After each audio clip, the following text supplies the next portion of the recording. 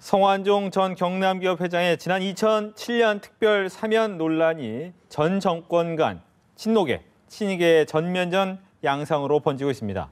정치권에 미칠 파장이 무엇인지 송승호 건국대 특임교수, 김철근 동국대 겸임교수 두 분과 이야기 나눠봅니다. 안녕하십니까? 네, 안녕하십니까? 어서 오십시오.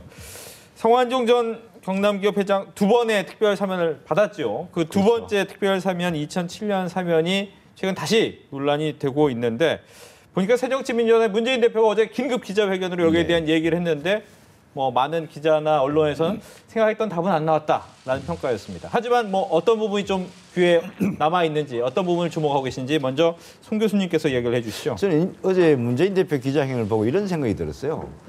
정치인은 메시지가 간결하고 정확해야 됩니다. 그래서 그 메시지를 딱 들으면 초등학생도 이해를 할 수 있어야 돼요. 근데 어저께 좀 안타깝게도 문재인 대표 기자회견을 딱 보면서 무슨 얘기를 하려고 기자회견을 하셨지? 하는 생각이 들었어요. 어쨌든 내용은 크게 정리를 해보면 두 가지인데, 자, 친노는 특별사면 관련해서 절대 나쁜 짓을 하지 않았다. 그리고 또 하나는 그 성완종 게이트에 대해서는 그 상설 특검 못 믿겠다. 별도로 특검을 하자. 대신에 자원 외교 부분에 대해서는 상설 특검을 하자.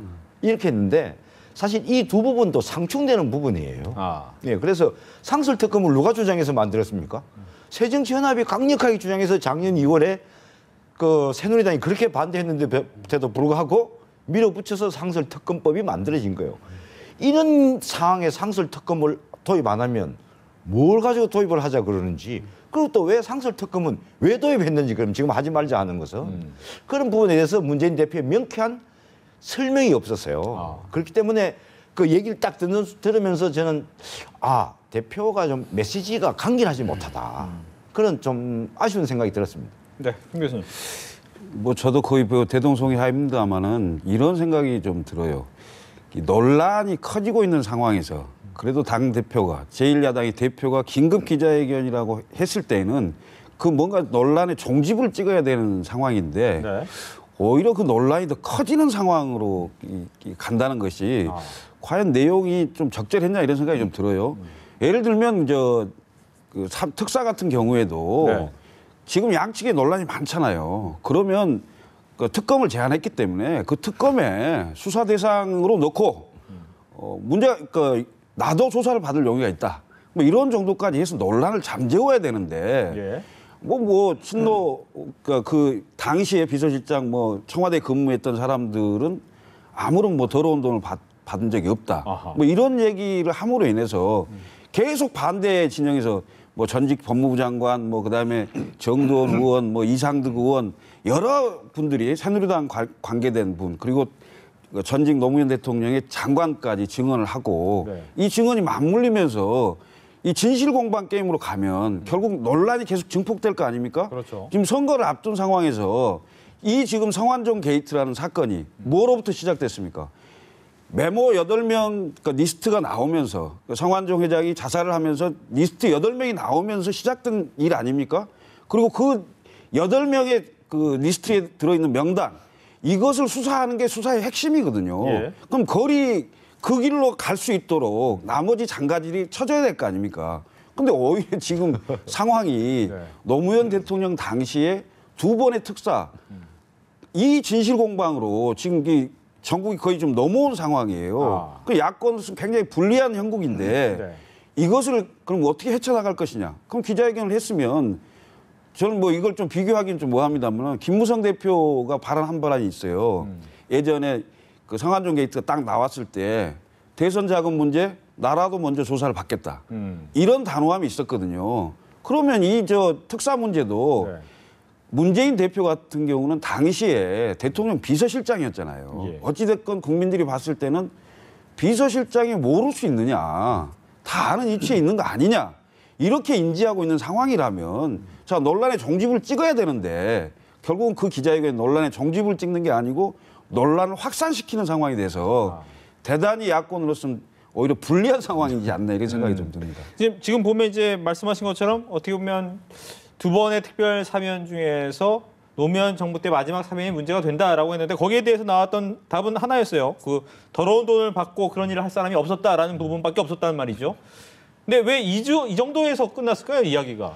아니 그러니까 저도 그 부분에 대해서 긴급 기자회견을 문재인 대표가 하면서 준비가 부족한 건지 아니면 얼버무리고 넘어가고 싶었던 부분이 있는 건지 도리어 조금 전에 교수님 말씀하셨는데 의혹만 증폭시켜 놨어요. 네. 그리고 이 부분이 지금 최근에 성안종 게이트 전국을 놓고 보면은 새누리당 입장이나 청와대 입장으로 봐서는 최악의 상황이에요.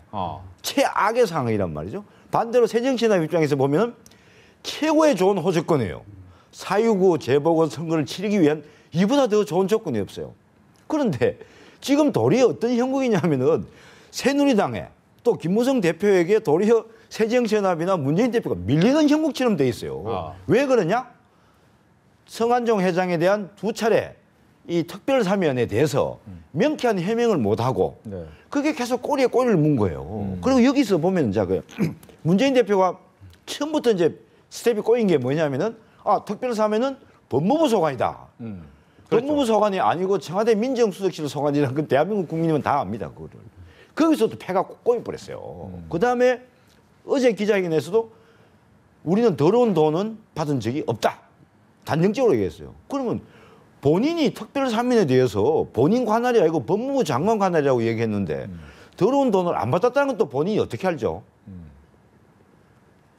이게 이 자체가 막 말이 계속 꼬이는 거예요. 그러다 보니까 야당이 여당을 공격해야 되는데 지금 여당이 야당을 공격하는 형국, 이상한 형국이 지금 벌어지고 있어요. 예. 말씀하신 것처럼 어떻게 보면 누구 한쪽이 명확하게 얘기를 하면 됩니다. 내가 뭐 청탁을 누구한테 들었다 이런 얘기를 하면 되는데 그런 얘기는 안 나고 차라리 뭐 이명박 혹시 이상득 이 두 분한테 물어봐라라는 식의 이제 이야기를 한단 말이죠. 이건 어떻게 봐야 됩니까?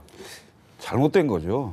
이게 진실을 규명하는 차원으로 가야죠. 이게 무슨 뭐 핑퐁 게임으로 이렇게 진흙탕 싸움, 그러니까 진흙탕 진실 공방 게임으로 갔을 때 과연 누가 득이 되겠습니까? 국민들은 답답하고 결국은 이 프레임이 결국은 야당한테 불리한 카드잖아요. 근데 이걸 길게 끌고 갈 이유가 하나도 없습니다. 없는데, 그러니까 소상하게 정확하게 밝힐 수 있는 사안이 같으면 밝히고 그런 기억이나 이런 상황이 안 되면 오케이 검찰 수사든 특검이든 수사 대상에 넣어서 수사하자 이렇게 하고 털어야죠. 근데 이걸 계속 진실 공방 게임으로 가서 결국은 이게 무슨 얘기냐면 성안종 게이트의 핵심 부분으로 들어가는 걸 결국 스스로 막는 꼴이 돼버리잖아요. 이게 지금 성안종 게이트라는 게 출발은 8명의 그 명단으로 시작을 했지만 이게 어떤 상황으로 어느 지뢰밭이 어떻게 나올지 모르는 상황이지 않습니까? 근데 뭐 지금 일부 그 여론조사 기관에서 여론조사도 했습니다만은 정확하게 제가 뭐 이렇게 기억을 못 하겠습니다만 이런 겁니다. 대략 국민들이 그러면 8명 리스트에 있는 사람들이 돈을 받았다고 생각하느냐? 거의 80% 이상이 지금 돈을 받았다고 국민들이 믿고 있어요. 그럼 야당한테도 돈이 갔다고 생각하느냐? 그것도 80% 이상이 거의 그렇다고 생각을 한단 말입니다. 그럼 지금 국민들이 보는 생각은 뭐냐면은 결국은 정치권 전체가 성완종 전 회장으로부터 다 노비 대상이 돼서 받았다 이런 생각을 갖고 있는 상황이에요. 그러면 대통령도 그렇고 야당 대표도 마찬가지입니다. 이 상황을 과연 어떻게 돌파해 갈 것이냐. 그럼 야당은 제 생각은 그렇습니다. 야당은 8명의 수사로부터 시작해서 그 지휘고와 어떤 확대가 되든 어쩌든 간에 누가 대상이 되더라도 그 수사를 끝까지 마무리할 수 있도록 밀고 가야 되는 겁니다. 그러려면 자기 손발이 잘릴 수도 있는 거 아닙니까? 그럼 자기 손발이 잘릴 걸 각오하고 선제적으로 저는 나갔어야 되는데 이게 계속 수세적으로 이 특별 사면 문제에 대해서 자꾸 밀리는 형국이 되니까 결국은 그 새누리당과 정부가 그러니까 대통령이 원하는 프레임에 그러니까 새누리당과 정부는 수사를 확대하는 측면으로 해서 정치개혁, 사회개혁 측면으로 나가려고 하고 결국은 야당은 친박 게이트라는 이름을 명명해서 수사를 제한하는 꼴이 되기 때문에 결국은 야당이 더 불리한 상황으로 전개되는 게 아니냐. 저는 지금이라도 그 새정치연합이 모든 걸 털고 본인들의 손발이 잘릴 수 있다는 각오를 갖고 세게 치고 나가고 공격하고 8명부터 수사를 시작하도록 하고 그다음에 특검도 더 강하게 요구를 하고 지금 당장이라도 협의할 수 하자. 이렇게 나가야 되는 게 아니냐는 거죠. 네. 지금 잠깐 여론조사 얘기를 했는데 요즘에 여론조사 관련해서 이제 좀 규정이 빡빡해진 거 알고 계시죠? 그래서 내용을 잠깐 설명을 해드려야 될 것 같습니다. 여론 전문조사기관 한국갤럽이 지난 21일부터 23일까지 전국의 19세 이상 남녀 1,002명을 대상으로 성완종 리스트에 대해서 조사를 했고요. 여기서 아마 말씀하신 것처럼 우리 국민의 84% 성완종 리스트에 등장한 인사들이 돈을 받았을 것이다라는 부분에 대해서 인정하는 부분이 있었다라는 아마 그 여론조사를 이야기를 하신 것 같습니다. 여기에 대한 내용 다시 한번 말씀드리면 표본 오차는 95%고 신뢰 수준은 플러스 마이너스 3.1%, 응답률은 16%라는 점을 말씀을 드리겠습니다. 지금 이야기하신 것처럼 어떻게 보면 처음에 이제 성완종 메모 8명이 나오면서 이 메모를 어떻게 봐야 될 것인가를 했는데 지금 잠깐 이야기를 하신 것은 차라리 그때 친박 게이트라는 이름을 쓰지 않았었다면 훨씬 더 유리한 국면이 갔을 것이다라고 하는데 그 부분은 동의하십니까? 전 동의하고요. 그 뒤에라도 그 어저께 문재인 대표의 기자회견, 그 다음에 또 당시 노무현 정부 시절에 청와대에 근무했던 민정수석실에 근무했던 또 네 분이 네. 이 성완종 특별사면 관련해서 성명서를 냈어요. 공동성명을. 예. 공동성명을 냈는데 이 성명이 도리어 문재인 대표에게 도움을 준 것이 아니라 도리어 상당한 부담을 줘버렸어요. 뭐라고 얘기를 했냐면은 이 네 명이서 성완종 특별사면은 그럼 2007년 사면을 얘기하는 거죠. 성완종 특별사면은 이명박, 이상덕 두 분에게 물어봐라 이래 됐어요. 그렇죠. 이거는 흡사 무슨 경우냐 하면은 자 우리 집에 불이 났어요. 그 옆집에 다른 사람이 주인한테 물었어요. 그 집에 불이 왜 났습니까? 그러니까 전 이유를 잘 모르겠는데 옆집에 가서 물어보시죠. 이거하고 똑같은 경우예요. 자 이거는 명명백백한 게 누구 부탁을 받고 어느 정권을 받았 이게 법적으로 문제되는 게 아니에요. 역대 정권이 사면할 때 사면의 방식이 뭐냐면은 여야 그다음에 경제인 정경련이나 그다음에 경총이나 통해서 다 사면 대상자를 각 수석실별로 다 받아요. 네. 이게 왜 문제가 됩니까? 받아서 민정수석실에서 최종 정리를 한단 말이죠. 그리고 대통령하고 중간중간 보고해가면서 법률적인 검토를 법무부에 시키는 거란 말이죠. 법무부에 보고를 받으면 그걸 법무부에서 어디에 하냐면은 법무부에 검찰국이라는 국이 있어요. 그 국에 산하기관이 그 과에 두 개 과가 있는데 형사기획과하고 공공기획과라는 데가 있어요. 거기에서 실무 법률 검토를 해요. 딱 그래서 법무부 장관 통해서 청와대 보고가 된단 말이죠. 민정수석실에서. 지금도 문재인 대표가 이 문제 간단히 치고 나가려면 이렇게 하면 돼요. 자기들이 정말 새정치에 지금 노무현 정권 때 특별사면에 관계 안 했다면은 네. 문제가 없다면 법무부가 지금도 자료를 다 가지고 있지 않느냐. 법무부가 자료를 국회에 제출해라. 그리고 간단하게 특검까지 갈 것도 없어요. 자, 법사위원회 열자. 법무부 장관 그때 있는 자료, 특검 관련한 자료, 특사 관련한 자료 다 들고 나오세요. 관계자들 지금 검찰에 다 있습니다. 그때. 다 나오세요. 딱 한꺼번에 다 정인 출석해가지고 자료 보고 물어보면 바로 답이 나와요. 네.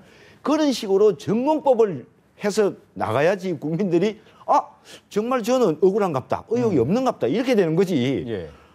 우리는 모르겠으니까 이상덕, 이명박 두 분한테 물어보세요 이러니까 사면은 노무현 정권에 했는데 자기들은 아무것도 안 밝히고 이명박, 이상덕 두 분한테 물어보라 하니까 국민들이 이건 도대체 뭐지?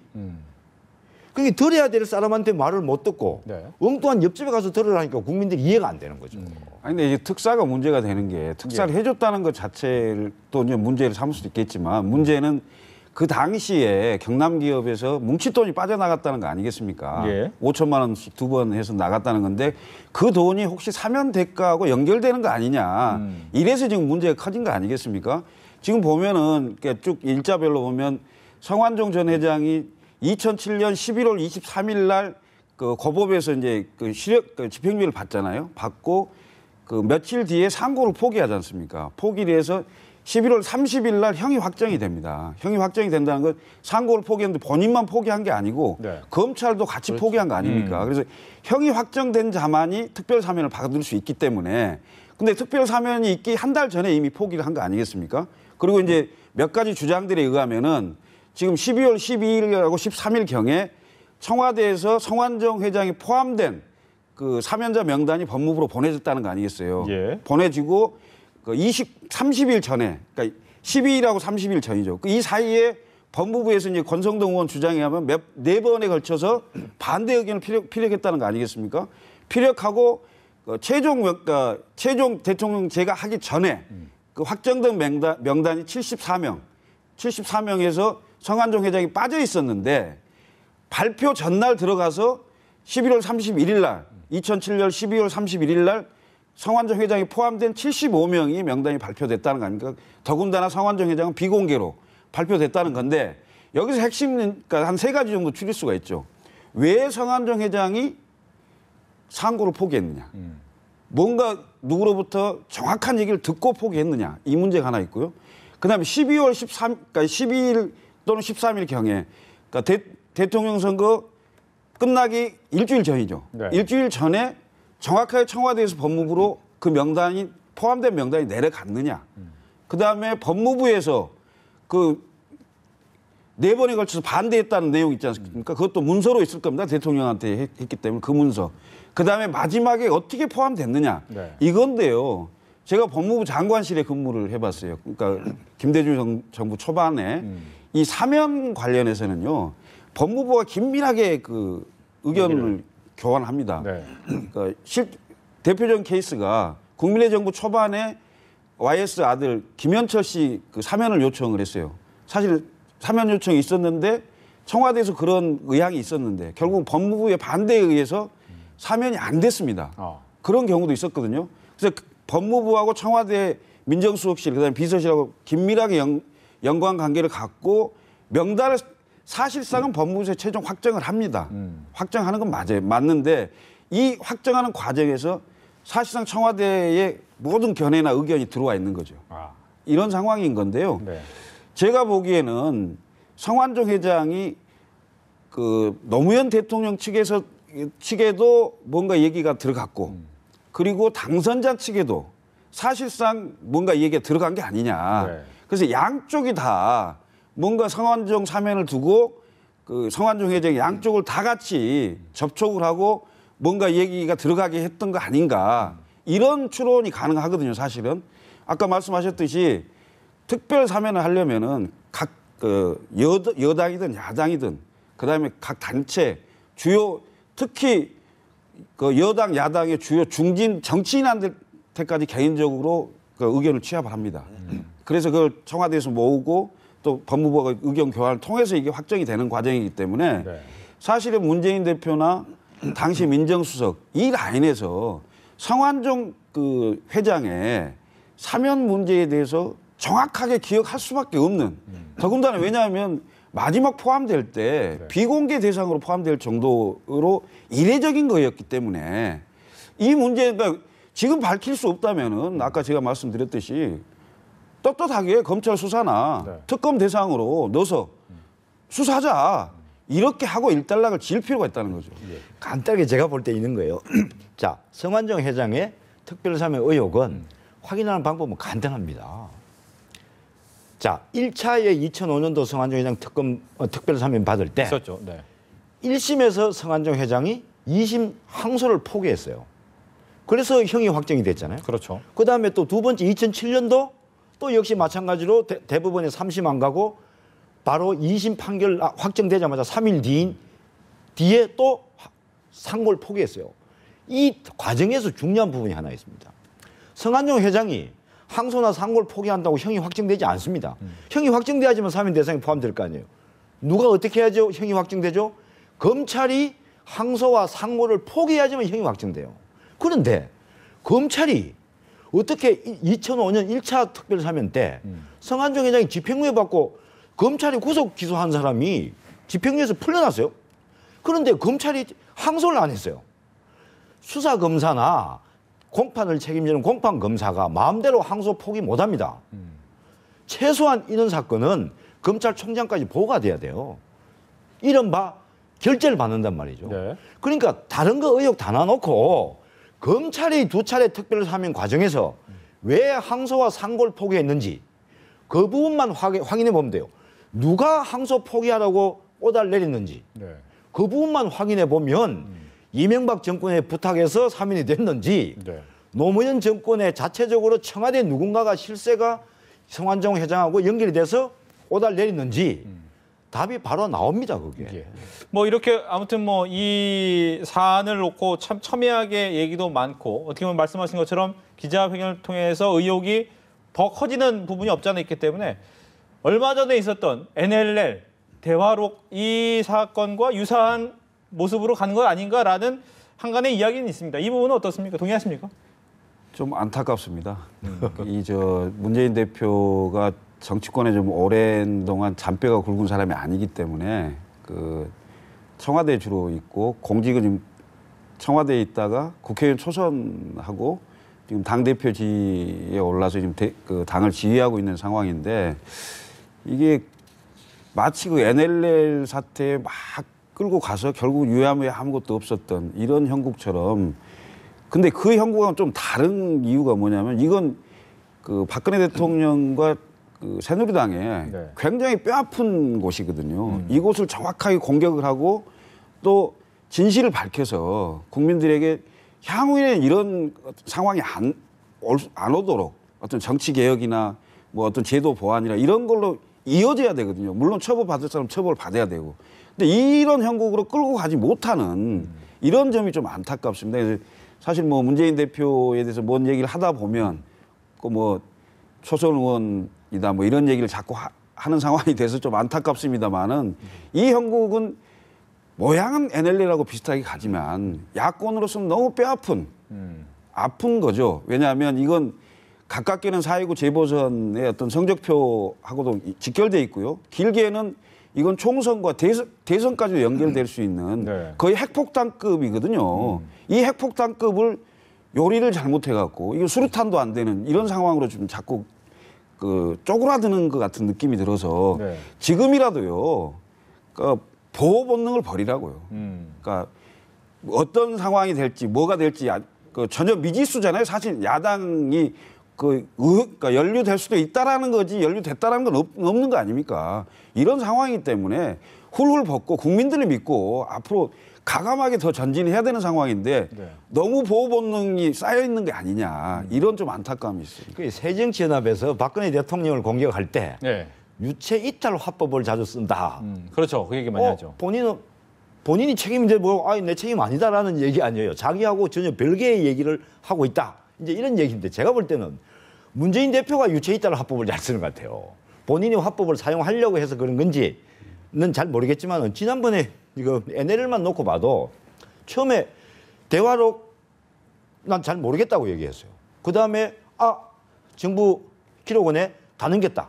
근데 또 원본이 없으면 내가 책임지겠다. 분명히 넘겼다. 그 뒤엔 또 나는 확인을 못했다. 그때. 다른 일로 바빴다. 그러니까 그 책임에 또 빠져나왔어요. 이번에도 그거 아니에요. 사면이 딱 문제가 터지니까 법무부에 알아서 법무부 소관이다. 이렇게 얘기한 거예요. 이런 어법을 빨리 바꿔야 됩니다. 네. 그리고 만약에 제가 좀 이제 이런 생각이 들어요. 특별사면에 의혹이 불거졌을 때 그래. 내가 청와대 민정수석하고 비서실장을 했는데 내가 지금 생각해 보니까 잘못된 건 하나도 없는데 혹시 밑에 실무진에서 뭘 잘못했던가 이러면은 어차피 내 책임이죠. 제가 책임지겠습니다. 철저히 한번 확인해 보십시오. 우리도 확인해 봅시다. 이렇게 해서 당시에 청와대에 근무했던 특별사면에 관여했던 사람들 다 불러놓고 지금 당의 대부분 다 남아있어요. 다 불러놓고 그때 어떻게 됐지 우리가? 내가 이 부분 잘 모르겠는데 확인해서 어제 같은 날 기자회견을 할 때 이름이 뭡니까? 긴급 기자회견이에요. 그때 제가 전부 다 확인해 보니까 이래 된 걸로 확인이 됐습니다. 라고 얘기를 해주면 이 특별사면 특혜 의혹이 사그러들 텐데 또 유체이탈 화법을 사용했단 말이죠. 이런 부분을 문재인 대표는 제가 볼 땐 빨리 좀 바꿔야 될 것 같아요. 화법을. 그러면 이제 이 와중에 말씀하신 것처럼 이 사안 자체, 성완종 리스트 자체가 박근혜 정부나 새누리당한테 상당히 치명타가 될 수 있는 부분이었는데 어떻게 보면 이명박 정부 대 노무현 정부 간에 서로의 전면적으로 바뀌었기 때문에 박근혜 정부 입장에서는 그래 이 기회에 한번 새롭게 만들겠다는 프레임만으로 갖고 간다면 충분히 잘 통과가 될 수 있는 부분도 있겠네요. 그것도 쉽지 않을 겁니다. 왜냐하면 이게 아까도 제가 말씀드렸듯이 핵폭탄급에 내재되어 있는 게 있기 때문에 국민들 아까 그 갤럽 조사도 얘기했지만 국민들은 리스트에 나와 있는 8명 전부 다 돈을 받았을 거라고 믿는 거 아닙니까? 그럼 이거에 대한 정확한 그 검찰 수사든 아니면 특별검사에 의한 수사든 결과가 나오지 않으면 사실은 이 나라를 책임지고 운영하는 핵심은 대통령 아니겠습니까? 대통령과 여당에 대한 신뢰를 가질 수가 없는 거겠죠. 단순히 프레임을 짜서 그러니까 선거를 앞둔 상황이기 때문에 이 고비는 넘어갈지를 모르겠습니다만은 이건 결과적으로는 끝까지 파헤쳐서 뭔가 드러내지 않으면 결국은 이건 덮어지기는 어려울 것이다 이런 생각이 좀 들고요. 이런 점에서 이제 야당으로서 좀 득점을 해야 되는데 네. 득점을 못 하고 있는 점들이 좀 안타까워서 지금 그 문재인 대표를 비롯한 야당의 어떤 그 뭐랄까 전략이랄까 이런 점에 제가 좀 비판을 하는 겁니다. 근데 이것은 제가 보기에는 반드시 좀 그 박근혜 대통령 그 말처럼 이건 정치개혁, 사회개혁. 정치에 있어서는 사실은 어떤 정경유착의 문제를 사실 완전히 걷어내면 좋겠지만 완전히 못 걷어낸다 할지라도 지금보다는 훨씬 더 깨끗한 이런 상황으로 나아갈 수 있도록 뭔가 조치가 취해져야 되는 거 아니겠습니까? 그리고 사회개혁도 마찬가지인데 이게 지금 비단 정치권의 문제만 아니지 않습니까? 비단 성완종 회장의 문제만 아니거든요. 그러면 사업을 하는 사람들이 다 정치든 아니면 공무원이든 아니면 국세청이든 금융권이든 이런 부분에 대한 어떤 일상적이고 관행화되어 있는 부분들의 고리를 끊는 이런 계기로 좀 활용해야 되는 거 아니냐 이거죠.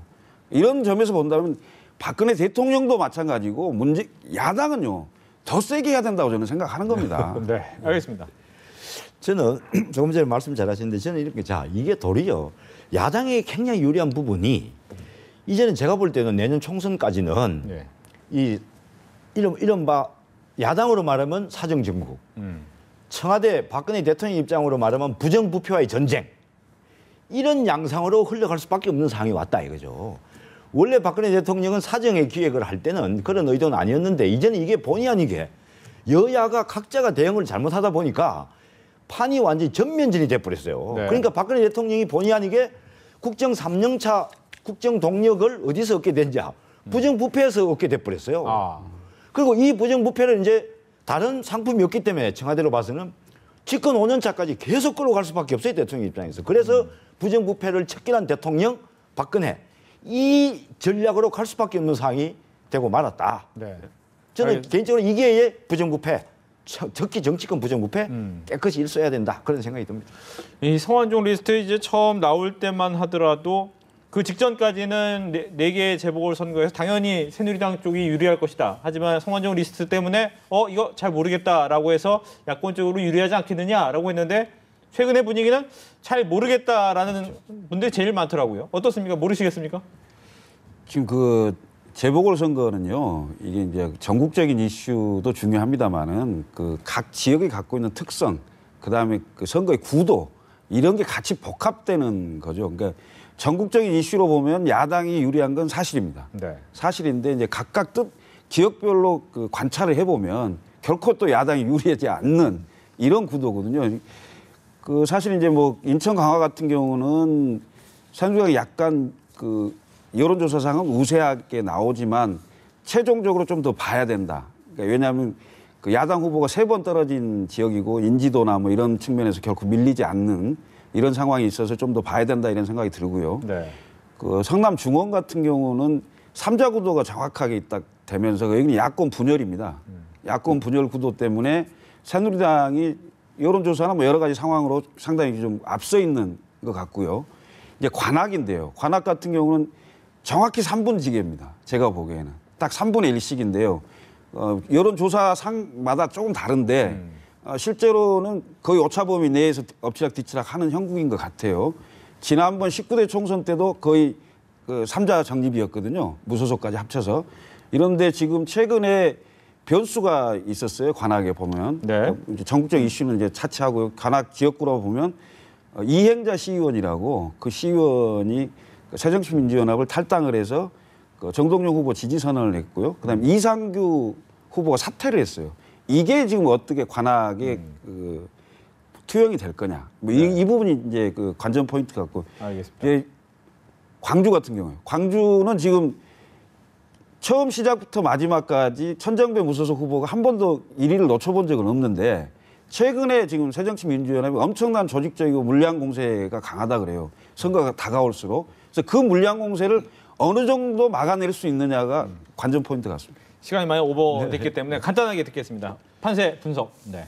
저는 문재인 대표가 쉽게 갈 수 있는 선거를 지금 어렵게 가고 있다. 그래서 지금 현재는 막 그야말로 광주를 빼놓고는 쉽게 당선을 결과를 예측할 수 없는 혼전이 벌어지고 있다. 이렇게 평가합니다. 알겠습니다. 이렇게 해서 송승호 건국대 특임교수, 김철근 동국대 경영교수 두 분과 함께했습니다. 오늘 이야기 잘 들었습니다.